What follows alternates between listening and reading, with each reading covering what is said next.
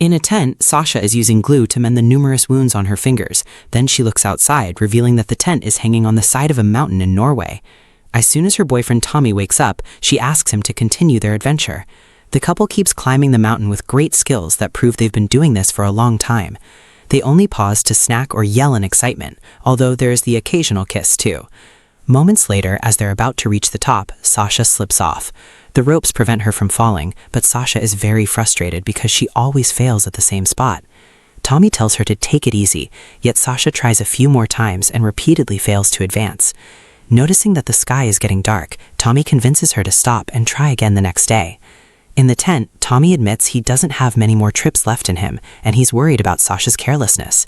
He thinks luck is eventually going to run out and claims that's what his lucky compass is saying, but Sasha slaps it off his hands. She also playfully punches his back when he says it hurts. In the end, they agree to leave and come back after the storm is gone. The wind is causing lots of debris to fall, so they have to stay close to the wall and keep their heads down. Tommy says they should rest on the ledge, so Sasha goes down first. Suddenly, bigger rocks start falling, and one of them hits Tommy, causing him to go down and hit his head. He hangs unconscious at the end of the rope, and Sasha has to grab it so she won't fall along. She yells at him, but he won't wake up, and his weight is causing her to slip too. In order to survive, Sasha has no choice but to let Tommy go. She holds tight to the ledge and cries as she watches her boyfriend fall to his death. 5 months later in Australia, Sasha is driving through the desert and discovers that her GPS has lost signal. So she uses Tommy's compass to find the right road. When night falls, she camps near a cliff and remembers everything Tommy taught her while writhing in loneliness. The next day, Sasha arrives at the Wanderer National Park. She stops at the reception to look at some brochures, and the ranger advises her not to go alone because people have been disappearing in the area. She wants to go anyway, so she signs the necessary papers. Then she goes to the grocery store for supplies, only for 2 hunters to keep bothering her. She tries to ignore them, but the men are persistent and corner her at the counter. Noticing this, Ben comes to her defense, and the 2 hunters leave. As thanks, Sasha buys the beef jerky he sells. In the parking lot, Sasha notices that her GPS still isn't working, so she asks Ben for the best way to reach Grand Alnares. Ben gives her the direction she asks for, but also tells her about Blackstone Bay, which in his opinion is a much better place. He warns her that the area can get a bit intense, but Sasha assures him she can handle it and drives off without letting him finish. After many hours of driving, Sasha stops by a lake to spend the night. Suddenly, 2 more cars park nearby, and Sasha is irritated to see that the hunters are back. Their dog keeps barking at her while the men handle the deer they killed. Sasha picks up her things and gets in her car before a guy knocks on her window. She ignores him until he leaves. Thankfully, the men leave in the middle of the night and she can sleep in peace. The next morning, Sasha gets on her kayak and paddles down the rapids.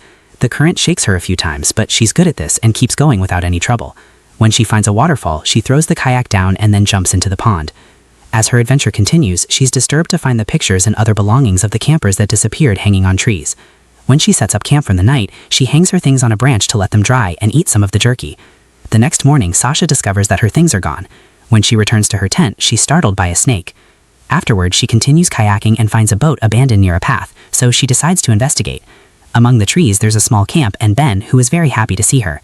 Sasha explains she lost all her things, including her food and phone, so Ben blames it on the wombats and shares his food. While they have some fish, Sasha asks why Ben named his jerk beef Genos. Ben explains it's his mother's name and quickly changes the subject. He shows her that he collects water from trees and shares it with her too. Sasha keeps asking questions, so Ben explains he's originally from Britain and that he comes here at least twice a week. His mother brought him here as a kid and he fell in love with it. When Sasha tells him she's now doing rivers because she's done with mountains, he guesses it was because of a breakup. She denies it but doesn't explain. Then Sasha tells him about her second encounter with the hunters, and Ben says she handled it perfectly. It turns out he went to the campsite because he thought he could help a woman alone, but she didn't need him after all. He thinks she's special, just like his mom. Obviously creeped out by this, Sasha tries to leave, but Ben blocks her, and she notices her bracelet on his wrist. Ben admits he took her things and brings her bag out of his tent. He also grabs his crossbow and a speaker, where he starts playing music. He explains he's restocked all her essentials, but he's keeping her phone. Now she has until the end of the song to get as far away as possible. While Ben dances, Sasha starts running as she can.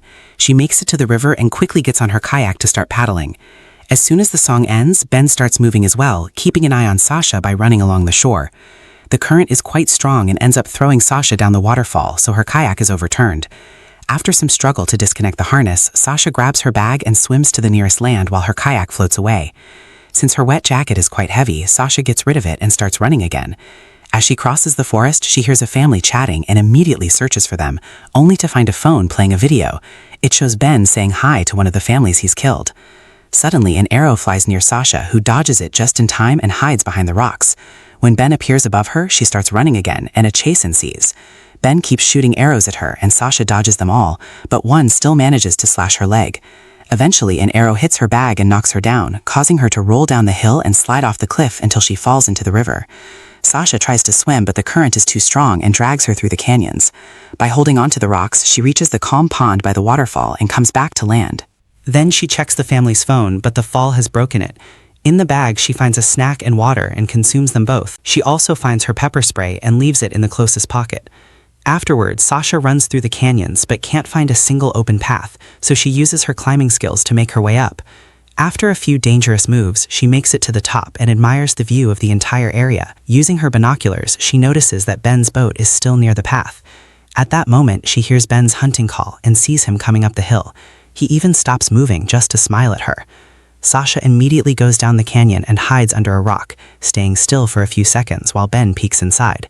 Since he doesn't see her, he leaves, and Sasha can come out to run again. Once she finds a safe spot, Sasha takes out her binoculars and discovers that Ben is near his boat. While listening to music, he keeps jumping into the water without any clothes on. Sasha decides to get in the river too, and very carefully swims underwater until she reaches the boat. Hiding behind it, she tries to untie it to no avail. Then she tries to get the other end of the rope, only to accidentally step on a bear trap that makes her fall. Ben hears her scream and rushes to get dressed before pulling the chain to start dragging Sasha back to land. When they're close enough, Sasha sprays pepper on his face, so Ben gets in the water to wash it off. Sasha tries to pull the chain from the rock, but it's stuck. When she's about to grab the crossbow, Ben pulls the chain again. Sasha gets her pepper spray ready, but Ben takes his crossbow and forces her to drop it. After freeing Sasha from the trap, Ben hangs her from a tree by her wrists, calling this whole hunter ritual. Then he gathers some fruit and herbs to feed her, but Sasha eats very reluctantly. Annoyed by her attitude, Ben pulls the chain to torture her. That night, it starts raining. Ben stays in his tent, but Sasha's left under the tree.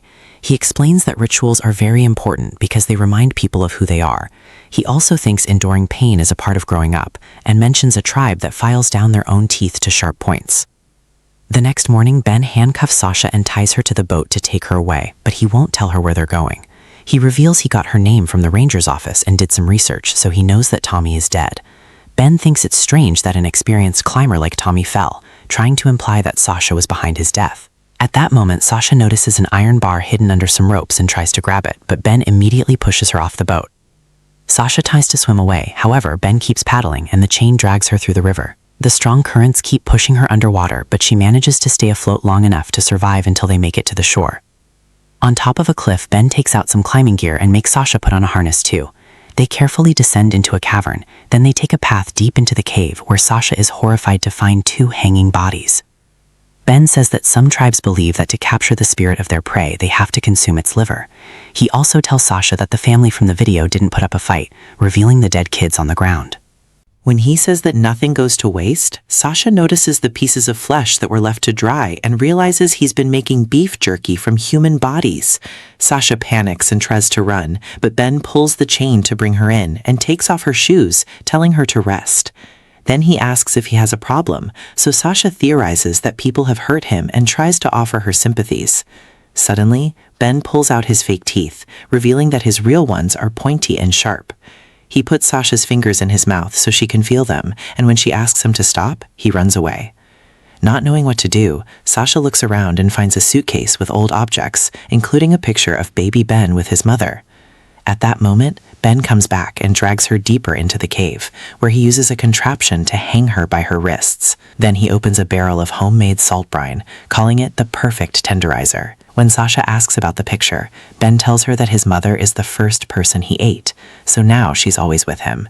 He hugs Sasha, saying he'll keep her with him too.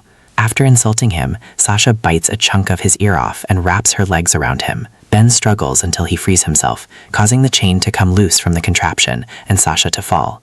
When she tries to escape, he grabs her t-shirt, but it also breaks and she can start running. Ben tries grabbing the chain next, however Sasha pulls it off his hand and jumps into the river. A furious Ben immediately jumps too and grabs the chain again to attach it to his harness. The current drags them both down the waterfall and into the rapids, where the chain gets stuck on a rock. The weight of their bodies soon releases it, and the current drags the duo down again, causing Ben to hit his head and fall unconscious. Now the chain gets stuck on a branch underwater, so Sasha tries to disconnect it from his harness. Unfortunately, she can't, so she moves the chain and swims to the surface with Ben. Afterward, she grabs a rock and tries to break the chain to no avail. At that moment, Ben wakes up, so Sasha runs to push him underwater to try to drown him. Since he's stronger than her, he manages to resurface, so Sasha starts choking him with the chain instead. Ben knocks her down and keeps her close using the chain. Then he sits on her to choke her in return. Sasha can only struggle for a few minutes before her body weakens, and seeing her face full of suffering reminds Ben of his mother, making him let go of her. Immediately, Sasha takes the chance to punch him and grabs the rock to repeatedly bang it on his leg. Ben responds by kicking her face, breaking her nose. When Ben cuts his pants with his pocket knife, he discovers his leg is broken too. For the next few hours, they can do nothing but rest on the sand while dealing with the pain. Eventually, night falls, and Sasha reveals she gets depressed in the dark. She tells Ben what happened to Tommy and cries as she explains how guilty she feels, since she'll never know if he was still alive when she let go. She admits she should have listened instead of pushing. The next morning, Sasha notices that Ben's wound is rotting. She asks about the path in the forest, and Ben says it's 12 days of walking, so Sasha concludes they should climb instead. Ben thinks that's crazy, but she points out that if they don't, he'll die of an infection. Seeing no other options, Ben gives her the harness so she can lead the climb. He promises to set her free at the top, but if she tries to push him while they climb, he'll bring her down with him. Then he finally takes off her handcuffs. Sasha organizes and ties all the ropes, creating a booster for his broken leg. The climbing begins, and once again, Sasha proves she has great skills even while barefoot. When Ben is out of sight, she tries taking off the harness, but Ben notices her arm movements and immediately pulls the ropes to make her fall. Sasha kicks his broken leg as punishment, saying she had only been adjusting the harness. As the climbing continues, Ben wonders if Tommy's fall looked like he was falling, but Sasha refuses to answer. Eventually, she reaches a ledge and ties the ropes to a small tree. Then she starts taking off the harness, so Ben pulls the rope again to make her slip off. This time, she manages to hold on to the tree. So Ben's pulling finishes taking the harness off. Now Sasha can climb back on the ledge and untie the ropes, letting Ben fall to his death. Although she has no equipment, Sasha keeps on climbing, making risky moves and slipping off a few times. However, she never gives up and recovers from every mistake until she finally makes it to the top. She lies down to rest and laughs in relief, but it soon turns into tears. Then she walks for hours and reaches the path at night, where a car finally sees her and rescues her. The drivers agree to take her back to her vehicle. In the morning, Sasha returns to the reception and tells the ranger where to find all the missing people. Sometime later, the authorities retrieve all the bodies and the incident appears on the news. When Sasha is allowed to leave, she goes to the beach and kisses Tommy's compass before throwing it into the sea, finally letting go of her guilt. Don't forget to subscribe. Leave a comment with your thoughts.